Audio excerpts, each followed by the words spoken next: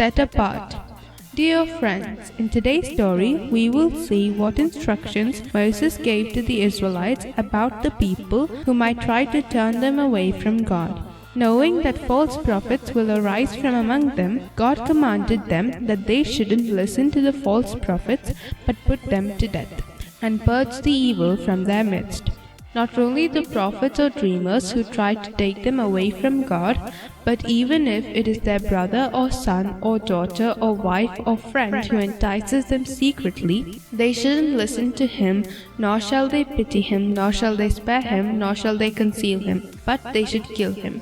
God also commanded that their own hand shall be first against him, because he sought to draw them away from the Lord who brought them out of the land of Egypt. The Lord said, "If you hear it said about one of the towns the Lord your God is giving you to live in, that wicked men have arisen among you and have led the people of that town astray, then you must inquire, probe, and investigate thoroughly. And if it is true and it has been proven that this detestable thing has been done among you, you must certainly put to the sword all who live in that town. Destroy it completely, both its people and its livestock. Burn that town and all its plunder as a whole burnt offering to the Lord. It is to remain a ruin forever, never to be rebuilt." Also, another law that the Lord repeated to Moses was that at the end of every 7 years they must cancel debts. They shall not require payment from their fellow Israelite or brother. They were to do so without a grudging heart, and then, because of it, the Lord their God will bless them in everything they do. And in the 7th year they were to set free any Hebrew man or woman who is their servant.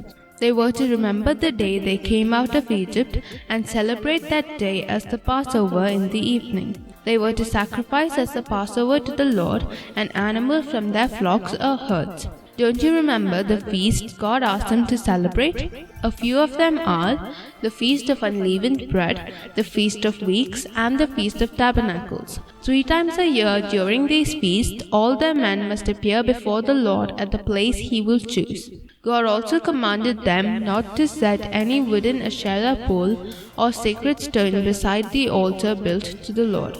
The Lord commanded them to appoint judges and officials for each of their tribes in every town the Lord gives them, and they shall judge the people fairly. If cases come before their courts that are too difficult for them to judge, they are to go to the priests who are Levites and to the judge who is in the office. They should obey their verdict. The man who shows contempt for the judge or priest must be put to death. They should purge the evil from Israel, the people whom God chose, a people who live apart and do not consider themselves one of the nations. It is because of these reasons that God repeatedly reminded them that they should not follow the ways of other nations, nor have alliances with them, and they should be set apart.